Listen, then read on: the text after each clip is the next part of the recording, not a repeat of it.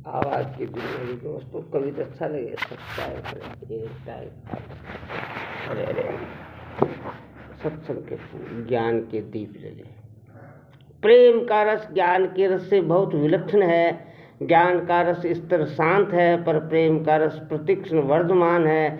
भक्ति की बड़ी विचित्र महिमा है। भक्ति से ज्ञान और वैराग्य बिना इच्छा के जबरदस्ती आ जाते हैं। सज्जनों, आवाज़ की दुनिया के दोस्तों, प्रेम की प्राप्ति करनी हो तो सबसे प्रेम करो। सर्वभूता हिते रता गीता। जब तक अपने मन की बात पूरी करना चाहते हैं तब तक न सगुण में प्रेम होगा न निर्गुण में। किसी के साथ विद्वेष होगा तो भगवान में प्रेम नहीं होगा। कोई भी व्यक्ति हो उसमें भगवान है, ऐसा मानकर प्रणाम करो। सबको नमस्कार करने से सब विकार नष्ट हो जाएंगे। घर में सुबह शाम सबको नमस्कार करो, इससे परस्पर प्रेम हो जाएगा। दूसरी बात, सबका आदर करो, सबके प्रति सद्भाव रखो, सबकी सहायता करो। सबके साथ किया हुआ प्रेम भगवान की ओर जाता है। आकाश पतित तोयम यथा गच्छति सागरम सर्वदेव नमस्कार के स्वम प्रति गच्छति।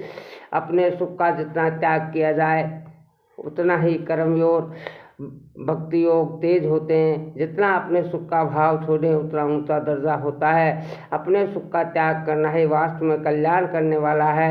चाहे कर्म मार्ग हो, ज्ञान मार्ग हो या भक्ति मार्ग हो, अपने सुख का सर्वथा त्याग होने पर ही योग होगा।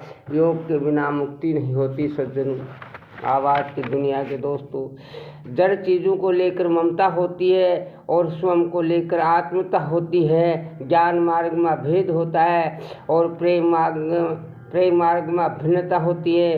प्रेम का अद्भुत बड़ा विलक्षण होता है। प्रेम का आनंद प्रतिक्षण वर्धमान होता है। प्रेम के आनंद में उबाल आता है, हलचल होती है, जिसमें विशेष मिठास होती है। प्रेम के आंसू शीतल होते हैं और नासिका के पास नेत्र कोण से फुहारे की तरह तेजी से निकलते हैं। प्रेम में स्वयं की स्वीकृति होती है। वासुदेव सर्वम, ये ज्ञान से होता है, पर ये ज्ञान भी भक्ति से होता है। गोपिकाओं को प्रेम में ज्ञान भी है। न खलु गोपी आनंदन भावनि खिलोदे ही ना दुर्गुण। जैसे लाल रंग का चश्मा लगाने पर सब लाल ही लाल दिखता है, ऐसे ही गोपियाओं को नेत्रों से सब जगह कृष्ण कृष्ण दिखते थे। कारण कि गोपियाओं के नेत्रों की कनीनिका में कृष्ण की मूर्ति छप गई थी। हरे हरे। बौद्धता में एकता होती है, परमात्मा अभिन्नता होती है। मित्रों, अभी परमात्मा प्राप्ति का बहुत बढ़िया मौका है, इसलिए जल्दी से जल्दी परमात्मा प्राप्ति कर लेनी चाहिए। आगे कैसा भयंकर समय आएगा इसका पता नहीं। अभी तत्परता से भगवान में लग जाओ। दो चीज़ खास हैं, भगवान को याद करना और सेवा करना।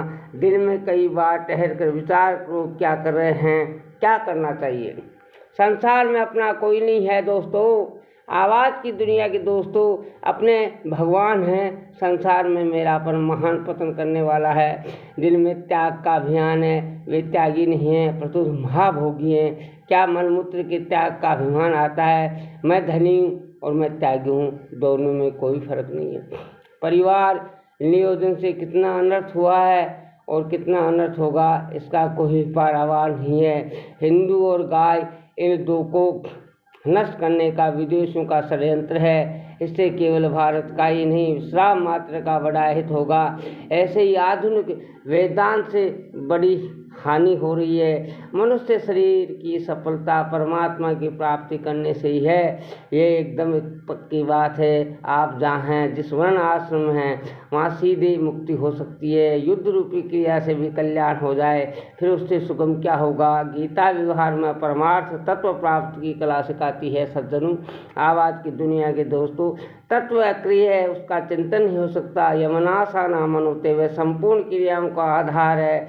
वह रूप से सर्वत्र परिपूर्ण है, उसकी प्राप्ति का साधन है। आत्मीयता मनुष्य, पशु, पक्षी, देवता, राक्षस आदि सब बाहर की चीज़ें हैं। भीतर में एक ही तत्व है। सबकी स्थिति उस तत्व में स्वतः सिद्ध है। उसमें चुप हो जाए, परिश्रम प्रकृति के संबंध में होता है। आवाज़ की दुनिया के दोस्तों, सत्संग परमात्मा प्राप्ति के लिए मन बुद्धि लगाना कर्ण सापेक्ष है। स्वयं लगना कर्मनिरपेक्ष है, शरणागति और कर्मयोग कर्मनिष्ठ साधन है। हरे हरे। संसार का निषेध होने पर शून्य रह जाता है, तो वह शून्य आपका स्वरूप नहीं है, प्रतु शून्य का ज्ञाता आपका स्वरूप है। आपने संसार की सत्ता मानी थी, तभी संसार की चीज मन बुद्धि न रहने से शून्य प्रतीत होता है। यदि परमात्मा है ऐसा माने तो वह है शून्य कैसे होगा, नहीं होगा।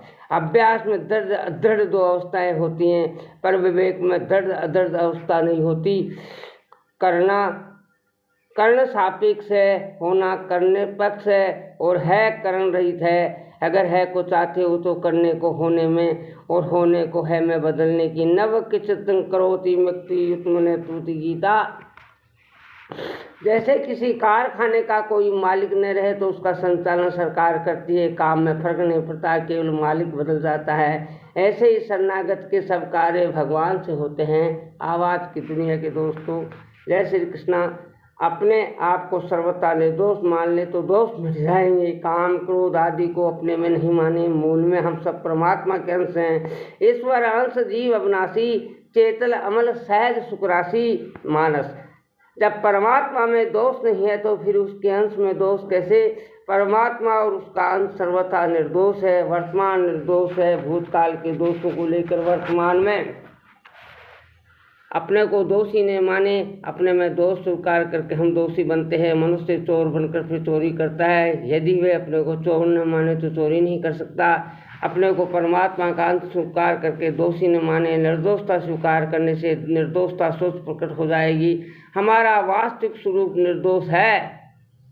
हम भगवान के अंश हैं और हम साधक हैं, और हम सब साधक हैं, फिर हमारे में दोष कैसे आ सकता है। आवाज़ की दुनिया के दोस्तों, जय श्री कृष्ण, राधे राधे। सत्संग प्रियो, सब्सक्राइबर फ्री है।